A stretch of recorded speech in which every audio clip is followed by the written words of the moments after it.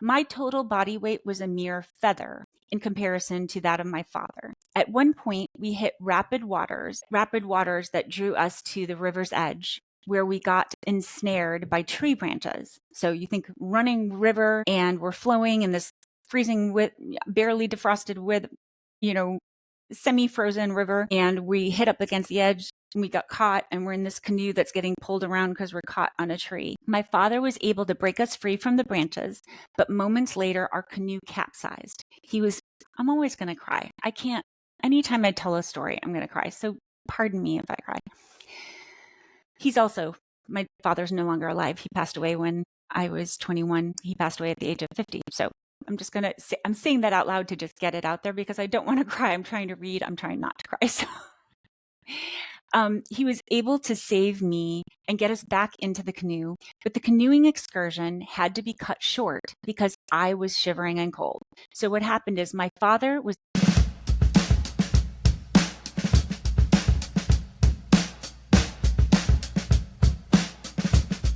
There is no story about you that cannot be rewritten. The path ahead is wide open. You can be and become and do absolutely anything. Sometimes we think that parts of us are locked in based on our education, based on our history, based on what we were as a kid, based on the fact that maybe we were the third child and every time we were riding our bike with the family, we were slow because we're the smallest child with the smallest bike. And maybe we think that we're therefore not fast or not the best biker or something like that. Or maybe experiences at work, experiences in education.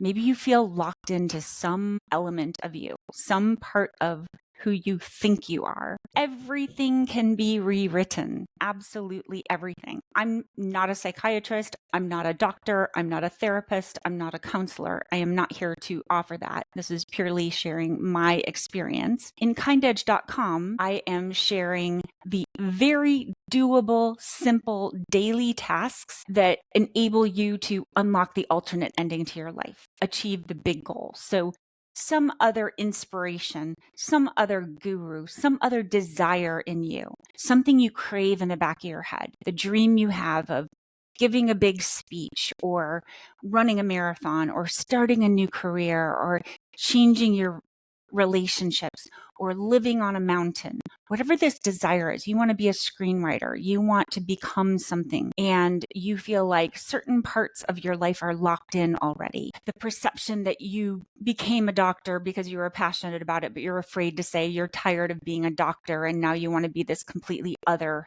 person, thing, career. You have the opportunity to rewrite any and all of that. Every single minute of every single day, you have a right and you have permission, you have the capability to do that. If you are struggling with any old stories in your life that make you feel locked in, see a therapist, see a counselor, see an expert who can help you with that. I am not that expert. But as part of, the KindEdge, I'm publishing the big KindEdge steps to get you from where you are. So you've been inspired, you have a goal, but then you say, but how do I change the craziness of Monday? How do I become a screenwriter when I'm going to work on Monday and I have no time? How do I build in the time to even plan for it? How? So you've got the what, or an inspo guru or a weekend retreat or some other program helped you with the what, the idea in your head. But now you're down to the how. How the heck do I take all the trains in my life that have left the station already, like running and chasing, and Monday's already going and money's already flying out the door, the mortgage, everything. Like, how do I turn things in this direction when everything's already in motion?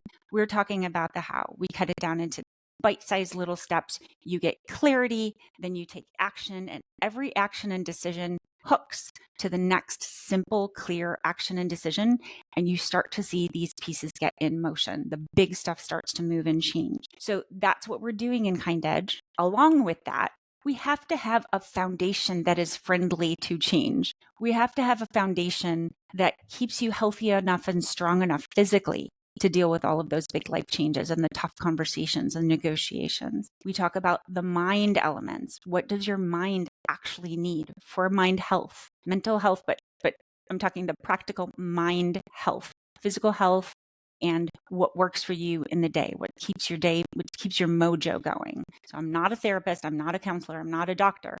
We're talking about mojo.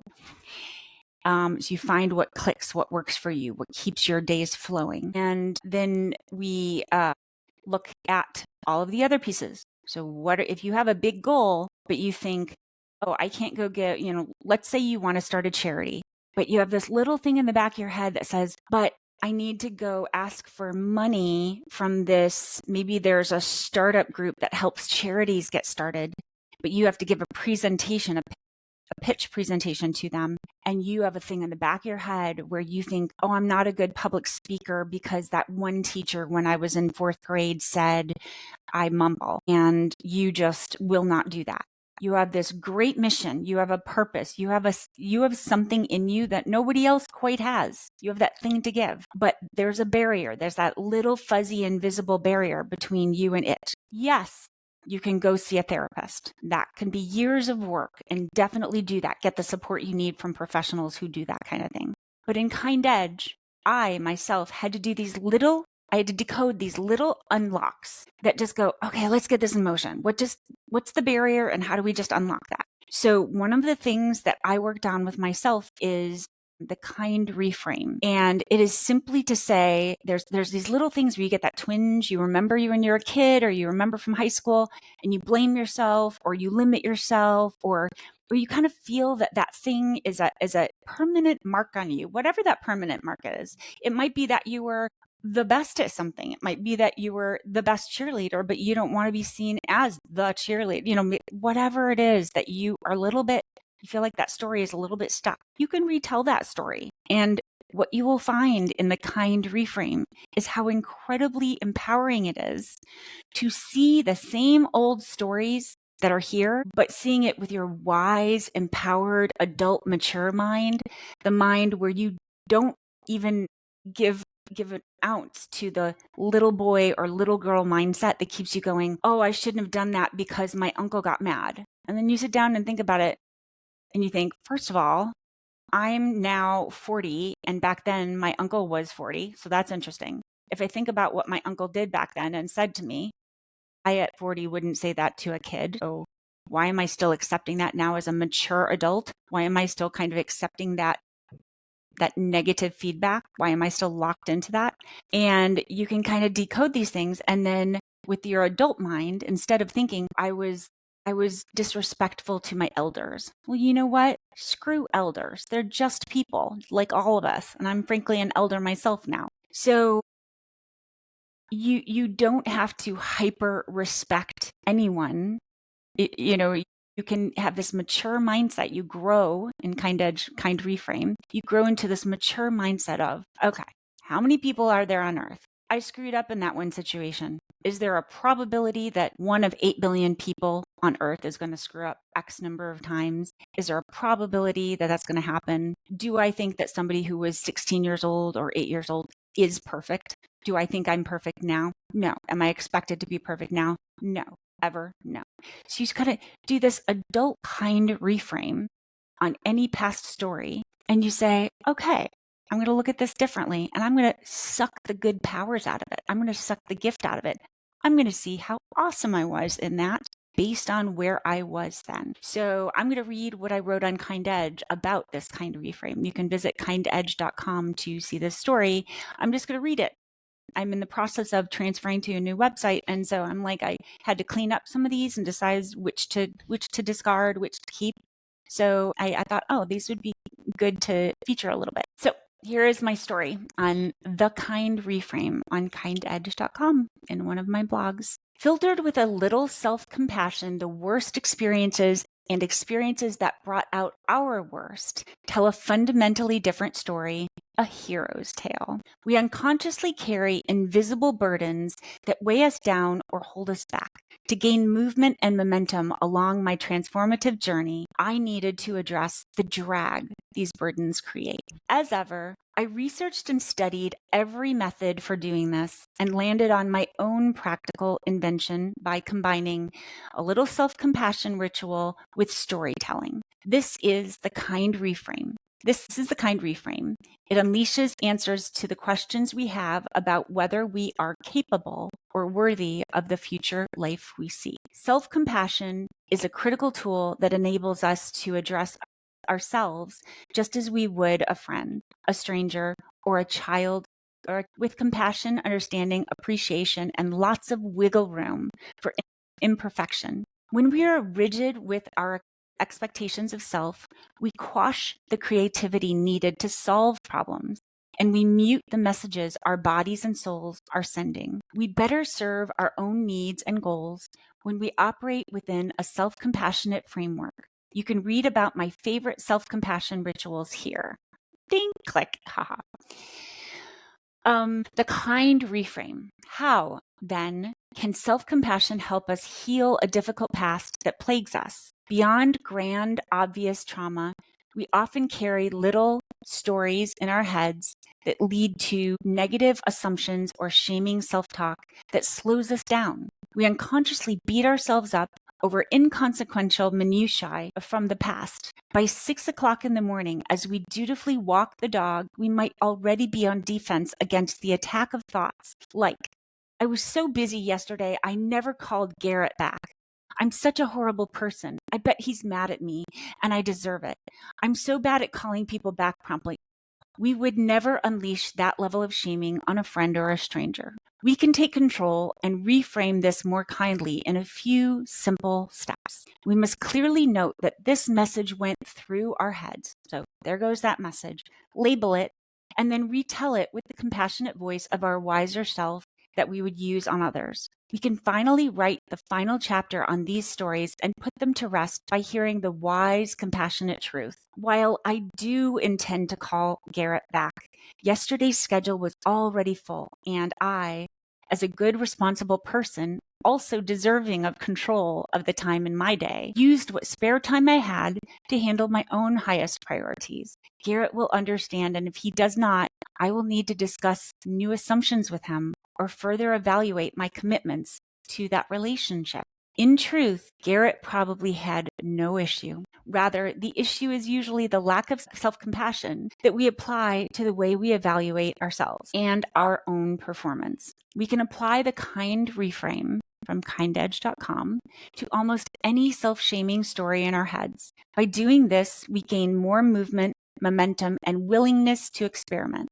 We clear the anxiety-driven sludge and glide forth on a far more forgiving path.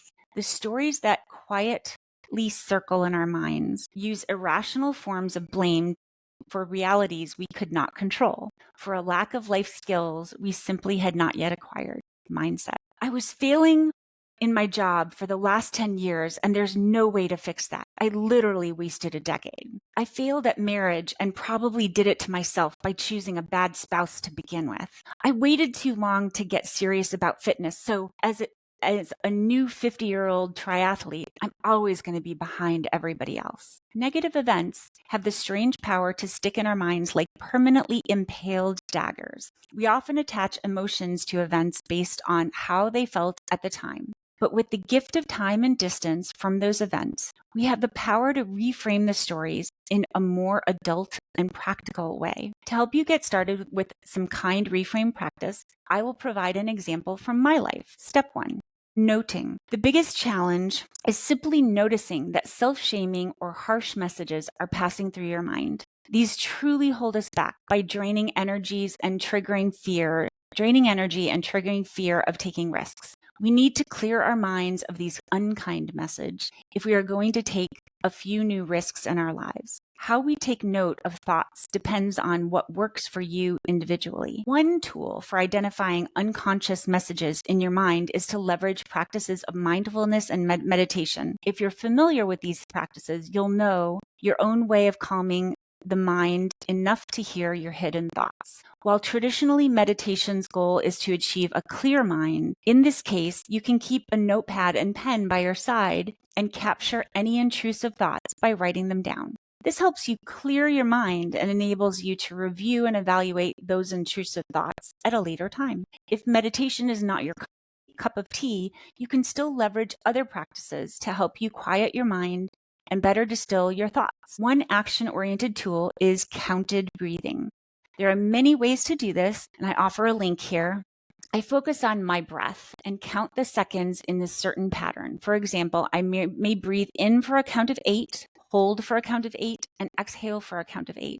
I do these breathing exercises both when sitting still, doing laundry, and even while walking the dog. And you can do 7s, you can do 4 and 7, you can do all different mixes. And part of it, it's not just the breathing, it's the fact that you're doing it at a count. So you kind of start focusing on the numbers, and then you end up kind of meditatively forgetting everything else. Like by focusing on a number 4, 7, 4, 7, you kind of zone into that, and it really clears your mind. Simply giving my brain a physical job, I gain a sort of reprieve from all the to-do list thoughts and high-speed mental chatter. Counting and breathing creates a sort of gap, and I'm then better able to notice any negative subtexts buzzing about. I notice, for example, that I'm already telling myself I'm behind when the sun has not even yet risen. Just noting this gives me a chance to wrangle that thought with a wiser, more compassionate, practical truth. Another very practical means of noting negative thoughts is to tell a few friends you are working on this. Our friends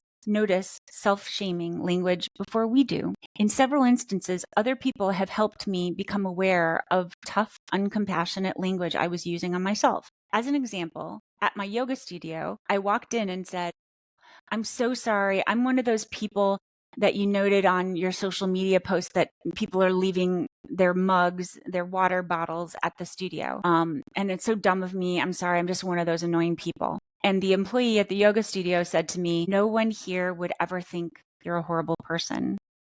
And here is your water bottle. It's just no biggie." And I was like, oh my gosh, I can't believe in order to pick up a forgotten water bottle that I had to flog myself. I didn't hear that inside of me until that person reflected it and mirrored it to me. I was caught dead in my tracks after realizing the words that had come out of my mouth. What belief in my head caused me to call myself a horrible person for forgetting a water bottle? Would I ever tell a friend, a child, or a stranger that they were a horrible person? No, and certainly not over a forgotten water bottle. It's so valuable to take note of how harsh we can be to ourselves. The more we note these sneaky little messages, the more we can begin the next step, the kind reframe. Labeling.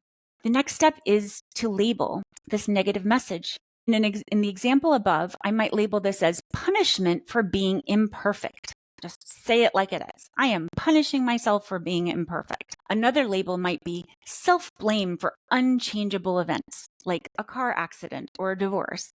And yet another example might be holding ourselves responsible for the events that were not our responsibility. For years, I unfairly held myself accountable for a negative event that was not at all my doing, and rather, I was essentially a victim. Here's the story. So here's story time. It happened when I was about 5 years old. My family went on a canoeing trip with several other families. It was spring in the Chicago suburbs, and the Des Plaines River waters were frigid. I was in a canoe with my father, and at that age, my total body weight was a mere feather in comparison to that of my father. At one point, we hit rapid waters that drew us to the river's edge, where we got ensnared by tree branches. So you think running river, and we're flowing in this freezing with barely defrosted with, semi-frozen river, and we hit up against the edge and we got caught, and we're in this canoe that's getting pulled around because we're caught on a tree. My father was able to break us free from the branches, but moments later our canoe capsized. I'm always going to cry. I can't, anytime I tell a story, I'm going to cry. So pardon me if I cry. My father's no longer alive. He passed away when I was 21. He passed away at the age of 50. So I'm saying that out loud to just get it out there because I don't want to cry. I'm trying to read. I'm trying not to cry. So he was able to save me and get us back into the canoe, but the canoeing excursion had to be cut short because I was shivering and cold. So what happened is my father was able to break us free from the branches and we capsized. So we have all these families, everybody's gotten up on a Saturday morning, gotten there, all the food packed, the picnic packs packed up. like 12 different canoes. You know, that thing where you get in a van and everybody gets taken to a certain checkpoint and the canoes get out, we get all set, everybody's wrapped up. And because it was so cold and our canoe capsized, we basically ruined the whole canoe trip. We had to get out. Everybody had to go back to this one person's house. So back at home, hot cocoa in hand, I felt bad. So I think I'm 5 years old. I probably weigh 45 pounds because I remember when I was 4, I weighed 40 pounds. And when I was 6, I was 60 pounds. I remember that was a thing. And so I'm like just a tiny little thing. Back at home, hot cocoa in hand. So all the other families are there. We're gathering. We're like I'm getting warm. I've got a blanket around me. We're all just chit-chatting after this river excursion, getting cut short. I felt bad. I believed it was my fault that the canoe had capsized. I held that story in my head for years until I was a teen and I worked up the courage to tell, if I mention my dad. I'm not crying. It's just my dad. I held that story in my head until I worked up the courage to tell my father how bad I'd always felt about causing that canoe to capsize and ruining the excursion for all the families. My father looked at me incredulously. He said, "Mary Sue, seriously? Your tiny body could not have tipped that canoe over if you tried. It was me. I tipped the canoe over. If you had hung your entire body off one side of the boat, your weight could never have even rocked that boat in comparison to the impact of my weight on that canoe." My dad was like 300 pounds. Hearing my dad's intelligent, logical words, I looked back on the events with a fresh filter and more mature eyes. And I was like, forehead slap. What he said was true. Of course. I realized that for more than a decade, this irrational story stayed frozen in my mind as it first came in with a 5-year-old eyes and emotions. It took this out loud, real life verbal volley with my dad to repackage this story with realism and compassion. That feeling, which I now recognize as possibly shame, immediately dissipated, and the story found a quiet, less menacing home in my mind. This kind reframe practice is a critical life tool for you that you can use. We need to build skills for retelling every story because frozen stories slow us down. When we rather understand that our stories are changeable, movable events, we are suddenly free of all that invisible drag. So in many cases, when we retell and reframe these stories, we can only laugh at the beliefs that we once allowed us to keep stuck. Retelling your story with a wise, compassionate, realistic voice. I don't prescribe any specific type of therapy or religion, but in my experience, any practice that enables us to unearth and repackage our stories is a tool worth keeping in the toolbox of life. There is no need to wait on someone else to retell your story. You and your more mature, wise mind has the power to transform any harsh voice in your head. I now encourage you to get started on strengthening your kind reframe muscle for change. And then there will be guided steps published on kindedge.com in the KindEdge 360 steps.